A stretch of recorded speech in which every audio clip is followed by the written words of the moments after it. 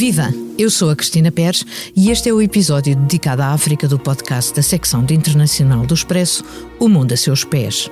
Nesta segunda-feira, 19 de junho, vamos falar de saúde e cooperação, a propósito de uma missão humanitária em São Tomé e Príncipe que decorreu no início do ano, organizada pela ANDAR, Associação Nacional dos Doentes com Artrite Reumatoide, e do Grande Priorado de Portugal da Soberana Ordem Militar do Templo de Jerusalém, na qual participaram outros parceiros. Temos hoje connosco António Lacerda Salles. A missão teve foco na saúde e levou ao arquipélago especialistas de várias áreas. Médico ortopedista formado na Universidade de Coimbra, é autor de publicações na área da medicina desportiva e do envelhecimento saudável e ativo. Lacerda Salles é deputado à Assembleia da República desde a 13ª legislatura e integrou a Comissão Parlamentar da Saúde e Assuntos Europeus, a da Defesa Nacional e a do Ambiente, Ordenamento do Território, Descentralização, Poder Local e Habitação. Cessou funções como Secretário de Estado Adjunto e da Saúde em setembro de 2022, após a pandemia de Covid-19. Boa tarde, António Lacerda Salles. Muito obrigado, antes de mais, pelo convite. É um prazer estar aqui consigo. Muito obrigado. Bem-vindo ao 7º episódio dedicado à África do Mundo a Seus Pés semanal, que contou com a edição multimédia de Salomé Rita. O Expresso faz 50 anos. Celebre connosco e torne-se assinante em expresso.pt. Muito obrigada por aceitar o convite para esta conversa. Não deve ser difícil fazer um balanço positivo de uma missão com uma componente forte na saúde, além da educação, em que uma equipa de médicos experientes realizou atos cirúrgicos inéditos e consultas não habituais em São Tomé e Príncipe. Quer falar um pouco sobre... Muito bem. Uma vez mais, muito obrigado pelo convite. Sim, o balanço foi, de facto, francamente positivo. Como disse, foi uma ação humanitária promovida pela ANDAR e pela sua presidente, Arcisete Saraiva, que foram, de facto, os verdadeiros motores de toda esta missão, e teve diversas dimensões e também alguns eixos de atuação. Eu diria que as dimensões, em primeiro lugar, foi a solidariedade humana, depois também a capacitação de recursos humanos e a capacitação de recursos tecnológicos. É muito importante, de facto, deixarmos recursos humanos para dar continuidade ao trabalho que vamos fazendo quando nos deslocamos para uma missão humanitária como estas. E depois uma outra dimensão, que é a dimensão da diplomacia da saúde, e que tem a ver com as relações históricas e culturais que Portugal tem, neste caso, com o povo de São Tomé. E teve também 3 eixos essenciais: um eixo de apoio em material didático, um eixo de ajuda médica, como disse, e também um eixo de ajuda alimentar. No eixo de material didático levamos centenas de cadernos, blocos, lápis, canetas, mais de 1000 mochilas, livros infantis, jogos educativos, roupas para criança, e a dizer que este material que era de grande volume, teve a ajuda do Sr. Chefe de Estado-Maior-General das Forças Armadas, do Sr. Almirante Silva Ribeiro, para poder ser transportado em condições de poder chegar bem a São Tomé e Príncipe. E depois também, como disse, o eixo do apoio e da ajuda médica, onde levámos de facto diferentes especialistas na área da reumatologia, da ortopedia, da dermatologia, da pediatria. Levámos também uma médica de medicina dentária, também uma farmacêutica, uma enfermeira e também um técnico de ortopedia, que foi quem fez a doação, que também é diretor de uma determinada casa, que foi quem fez a doação das próteses e deixou também muito material para que pudessem continuar a fazer algumas destas operações.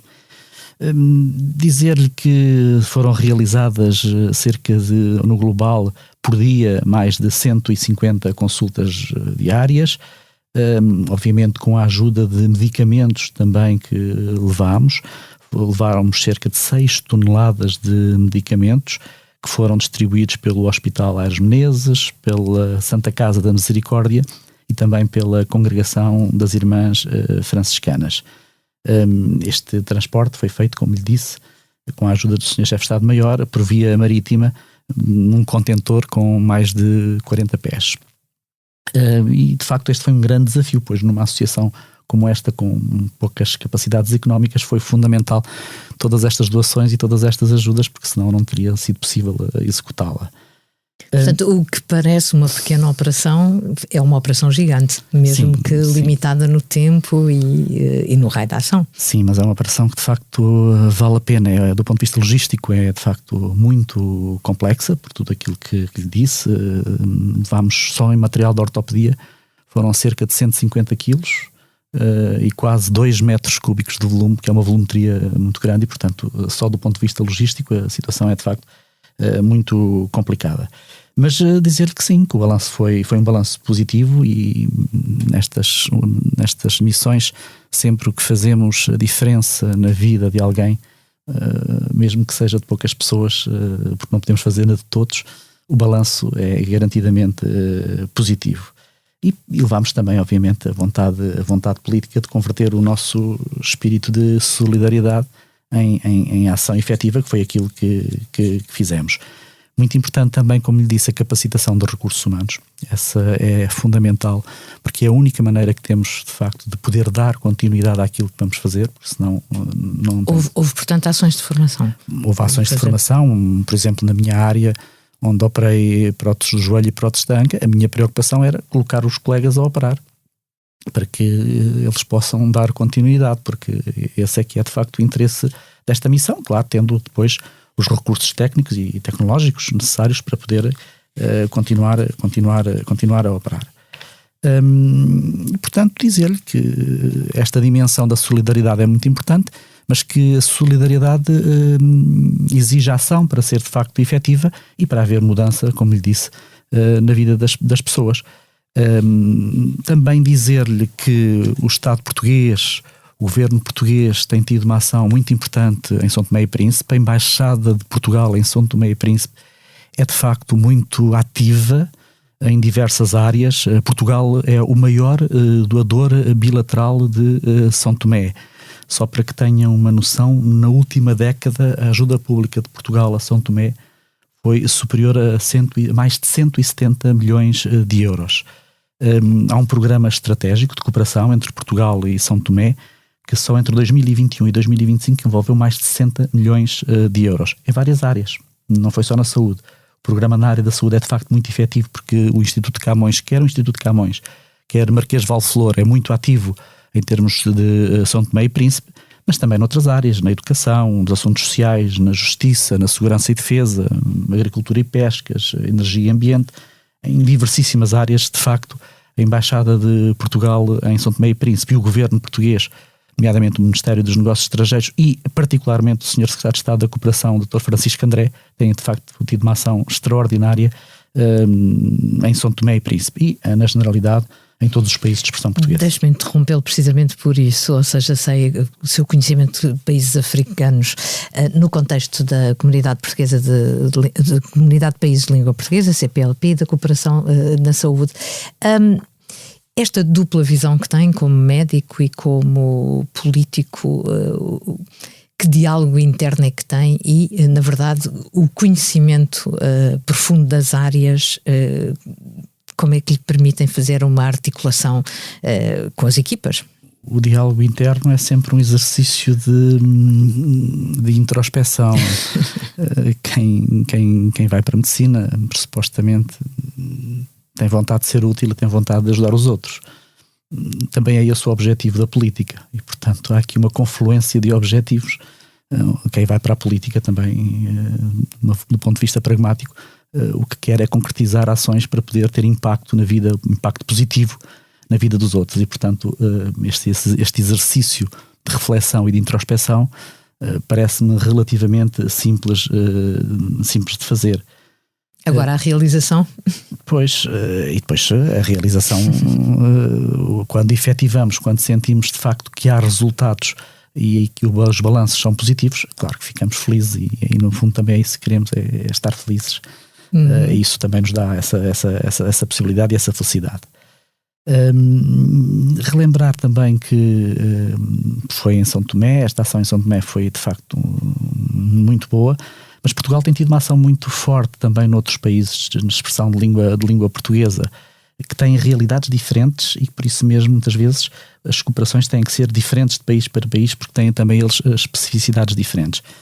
Relembro, por exemplo, que no final do ano passado foi aprovado uma estratégia de cooperação a 10 anos, 2030, que é um documento orientador que permite dar resposta a uma tríade complexa que tem a ver com os dias que vivemos hoje, a guerra da Ucrânia, a crise social e económica, a pandemia, as sequelas da pandemia Covid-19. E é um documento muito, muito completo, mas que tem uma especificidade muito grande de acordo com os países com quem é feita essa cooperação. Países de expressão portuguesa e, como disse, nas diferentes áreas que há pouco acabei de referir e que são multidiversas. Falou na pandemia e nas sequelas. Dá um pouco a sensação que parece que tudo passou, não é verdade? Pois, temos que ser muito cautelosos, não é? Na forma, quem viveu a pandemia da forma como nós vivemos, obriga-nos a fazer um exercício de cautela, porque a única coisa certa que temos no momento é a incerteza e a única coisa permanente que temos nos dias que correm é a mudança. Isto leva-nos sempre a equacionar, algo de que nada é dado por adquirido. E se hoje o contexto é completamente diferente, a economia é uma economia aberta, as pessoas voltaram à sua normalidade, eu penso que ficaram muitas lições desse tempo, que foi um tempo difícil, foram 2 anos e meio, quase 3, muito difíceis, e por isso acho que é uma reflexão que devemos sempre fazer de uma permanente incerteza na vida e de nunca sabermos como será o dia de amanhã. Portanto, objetivamente, qual é o tempo que a ciência permite ter conhecimentos mais objetivos? Ou seja, podemos esperar outras estirpes, podemos, não estou a falar em geral de qualquer outra doença, mas é possível que haja ressurgimentos de Covid-19? Não direi que é possível, quer dizer, possível será sempre, como é óbvio, não é? Estão sempre a aparecer variantes novas dessas como de outras doenças virais e, portanto, o ser possível será sempre. Hoje também sabemos muito mais, não é? Hoje temos armas que não tínhamos na altura, nomeadamente vacinação, e, portanto, quer dizer, a perspectiva será completamente diferente. Nós, na minha perspectiva, tivemos boas decisões, fizemos uma boa gestão da pandemia, tivemos boas decisões, quer políticas, quer técnicas. Sempre que possível apoiámos as decisões políticas em decisões técnicas. Algumas vezes isso não foi possível, como todos estamos lembrados, mas a maioria das vezes assim aconteceu e, portanto, isso deu-nos a possibilidade de, quer nacional, quer internacionalmente, sermos reconhecidos como um país que fez uma boa gestão da pandemia. Voltando um pouco atrás, a São Tomé e Príncipe já falou de 2 coisas muito interessantes: a diplomacia da saúde e este investimento na formação das pessoas. Mesmo assim, eu gostaria de lhe perguntar como é que avalia o impacto em sociedades como a de São Tomé, com uma operação restrita no tempo, como esta foi, e no seguimento da aprendizagem que foi feita pelos profissionais são-tomenses neste período. O balanço que faço é um balanço positivo também aí, porque se me disser que hoje temos colegas capacitados para fazer estas operações lá, temos. Agora é preciso que as façam, que as treinem, e que tenham recursos para que o possam fazer. Também já equacionei a possibilidade de trazer alguns deles a Portugal durante algum tempo para manterem, no fundo, a mão, para que não percam mão neste tipo de cirurgias, mas de facto estamos a falar de realidades com uma organização muito frágil e com recursos muito débeis também, e também eles muito, muito frágeis de todos os pontos de vista, e nomeadamente também na área da saúde. E, portanto, o que se pretende é dar a possibilidade de fazer a diferença na vida de algumas pessoas, como disse, e de melhorar o sistema de acesso e também ajudá-los a organizar de uma forma diferente esse sistema de acesso das pessoas ao sistema de saúde. Agora, é importante perceber que estamos a falar de um país onde A esperança média de vida, por exemplo, é muito diferente. Os indicadores para a esperança média de vida são muito diferentes dos indicadores para a esperança média de vida em Portugal, não é? Quer dizer, nós hoje, o que é que discutimos em Portugal quando falamos em esperança média de vida? Discutimos, por exemplo, a despesa orçamental, a despesa que fazemos em saúde. Lá os indicadores são outros, é a nutrição, são as doenças infecciosas, são indicadores completamente diferentes. Portanto, estamos a falar de realidades muito diferentes e, por isso mesmo, o nosso sentido de cooperação nestas matérias são muito importantes para poder fazer com que estes países possam melhorar estes indicadores. E é importante dizer que, ainda assim, São Tomé, nos últimos anos, tem melhorado alguns destes indicadores, nomeadamente, ainda que de uma forma curta, mas tem melhorado, nomeadamente na questão da maternidade infantil, materno-infantil. Também na esperança média de vida melhorou alguma coisa e, portanto, são países que fazem um esforço extraordinário também do ponto de vista económico para que isto aconteça, e Portugal também, é por isso mesmo que Portugal também tem ajudado nesse ponto de vista. Relembro que ainda agora no final do ano, um reforço orçamental com que Portugal ajudou de 15 milhões de euros, com que ajudou São Tomé e Príncipe, foi um balão de oxigênio. 15 milhões de euros foi um balão de oxigênio do ponto de vista orçamental para São Tomé e Príncipe.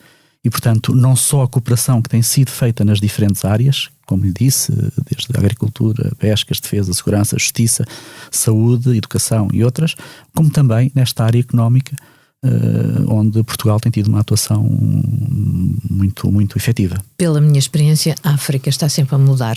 Muitas vezes, quando não vamos à África, achamos que as coisas estão na mesma, mas não é verdade. A minha pergunta é sobre a qualidade de informação que a cooperação portuguesa tem dos países com quem colabora. O estar atualizado das necessidades, ou seja, é quase fácil ter um impacto positivo. Sim, as embaixadas portuguesas nos países de expressão portuguesa são muito ativas e muito efetivas, também coordenadas, como já disse, pelo Ministério dos Negócios Estrangeiros e pelo Sr. Secretário de Estado da Cooperação, que de facto tem tido uma ação muito efetiva nesta matéria, mas para além de tudo aquilo que estamos a falar, eu relembro a importância que tem, por exemplo, hoje algumas dimensões e alguns eixos e alguns fatores, como por exemplo a igualdade de género em África, que é extraordinariamente importante, a diversificação das parcerias, dos parceiros que temos também, desde os parceiros públicos, parceiros privados, organizações não governamentais, como foi o caso desta missão humanitária em São Tomé, o reforço daquilo que é o papel da cooperação política, também muito importante, e também, como lhe disse, a diversificação daquilo que é o financiamento através da mobilização de vários recursos de várias horas, nomeadamente também de recursos privados. É importante que se diga e que se faça justiça a isto. Mas, como lhe disse, sempre diversos, porque as especificidades de cada país são próprias, as idiosincrasias de cada país também são as que são, e, portanto, a cooperação tem que ser adaptada às diferentes especificidades de cada país. Esta operação em São Tomé é provavelmente a mais recente na sua atividade. Voluntariado, portanto, isto faz parte de um voluntariado, não é? Um voluntariado muito capacitado, mas voluntariado. Sim, como é que integra-se no conjunto do seu trabalho? Na minha vida enriquece-me, não é? Enriquece-me do ponto de vista de espírito, de alma. Isso enriquece-me garantidamente, porque trago o povo de São Tomé no coração e, portanto, tudo o que é contacto com a cultura, com o povo de São Tomé, neste caso, como também o fiz noutras dimensões geográficas, até noutras funções também, nomeadamente nas funções governativas durante as diferentes CPLPs e durante as diferentes presidências da CPLP. Portanto, a mim, pessoalmente, só me enriquece espiritualmente, claro que sim.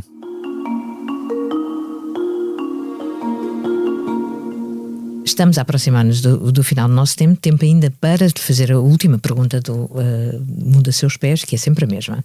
Se pudesse viajar sem restrições, desde já, para onde iria e porquê? Olha, voltaria onde estive. Voltaria onde estive, porque acho que há sempre um trabalho inacabado, não é?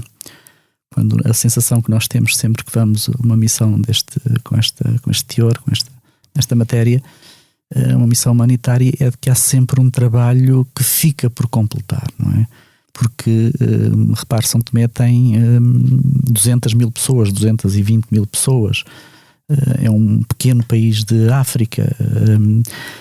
Nós fizemos a diferença na vida de algumas pessoas, mas se lá pudéssemos voltar, faríamos com certeza a diferença na vida de muitas mais.